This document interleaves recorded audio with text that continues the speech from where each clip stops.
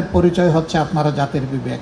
আমরা ফেসিবাদ থেকে আংশিক নয় পূর্ণ মুক্তি চাই। আমরা ফেসিবাদের কবলে পড়ে আমাদের সংবাদ মাধ্যমের কাছে জাতির যে প্রত্যাশা এইটা হারিয়ে ফেলেছিলাম গত 15.5 বছর। শুধু তাই নয়, আজ আমি গভীর শ্রদ্ধার সাথে স্মরণ করছি আপনাদেরই একজন প্রিয়জন জনাব গাজী রুহুল আমিন।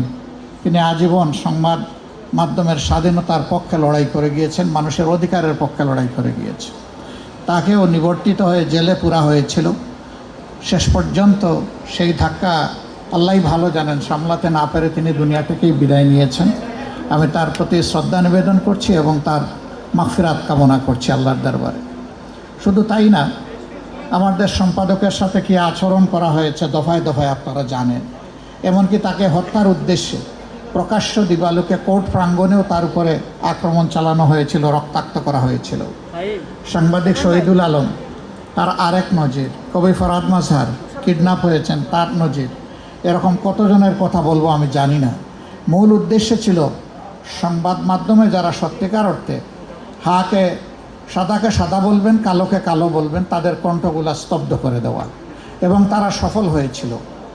সেই সফলতার রেশ এখনও চলছে বলে মাঝে মাঝে যেন মনে হয়।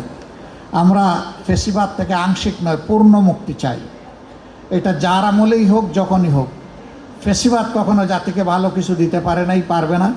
এবং সাংবাদিক বন্ধুদেরকে শুধু এতটুকু অনুরোধ করব, আপনাদের পরিচয় হচ্ছে আপনারা জাতির বিবেক। আপনারা বিবেক অনুযায়ী চলবেন। হায়াত মৌত আল্লাহ তাআলার হাতে। জন্ম একদিন নিয়েছি, মৃত্যু একবারই হবে।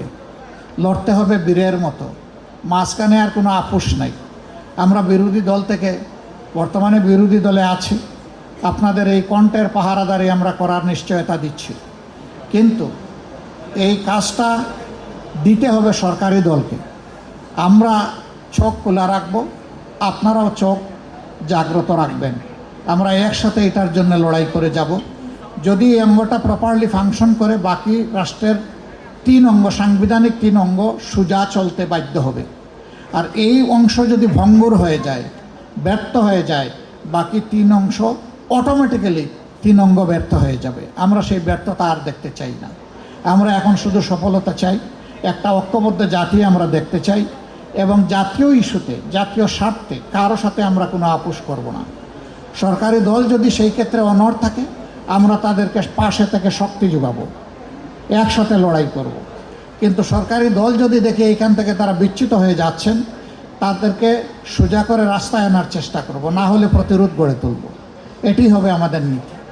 আমরা সেই বাংলাদেশটাই চাচ্ছি, যেই বাংলাদেশে আর ফেসিবাদ আসবে না ফিরে, এবং যেই বাংলাদেশ আর কোনো আধিপত্যবাদের কাছে মাথা নত করবে না।